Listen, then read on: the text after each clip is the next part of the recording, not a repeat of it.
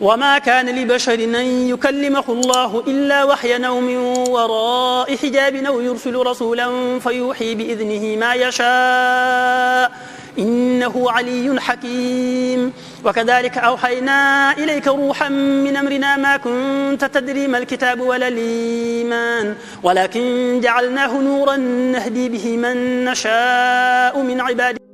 وإنك لتهدي إلى صراط مستقيم صراط الله الذي له ما في السماوات وما في الأرض ألا إلى الله تصير الأمور. بسم الله الرحمن الرحيم حميم والكتاب المبين إنا جعلناه قرآنا عربيا لعلكم تعقلون وإنه في أم الكتاب لدينا لعلي حكيم. أفنضرب عنكم الذكر صفحا إن كنتم قوما مسرفين وكم أرسلنا من نبي في الأولين وما ياتيهم من نبي إلا كانوا به يستهزئون فأهلكنا أشد منهم بطشا ومضى مثل الأولين ولئن سألتهم من خلق السماوات والأرض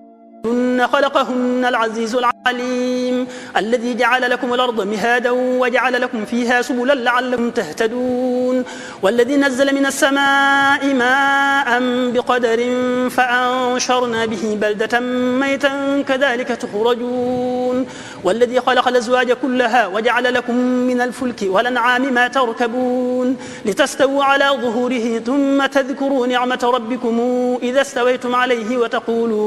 وتقولوا سبحان الذي سخر لنا هذا وما كنا له مقرنين وإنا إلى ربنا لمنقلبون وجعلوا له من عباده جزءا إن الإنسان لكفور مبين أم اتخذ مما يخلق بنات وأصفاكم بالبنين وإذا بشر أحدهم بما ضرب للرحمن مثلا ظل وجهه مسودا وهو كظيم أومن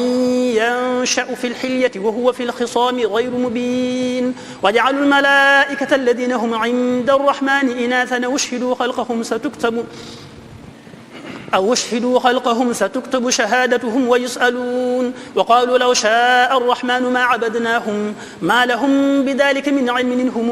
إلا يخرصون أما آتيناهم كتابا من قبله فهم به مستمسكون بل قالوا إنا وجدنا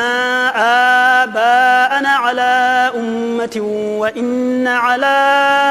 آثارهم مهتدون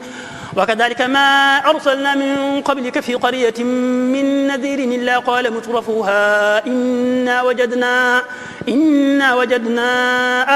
آباءنا على أمة وإنا على آثارهم مقتدون.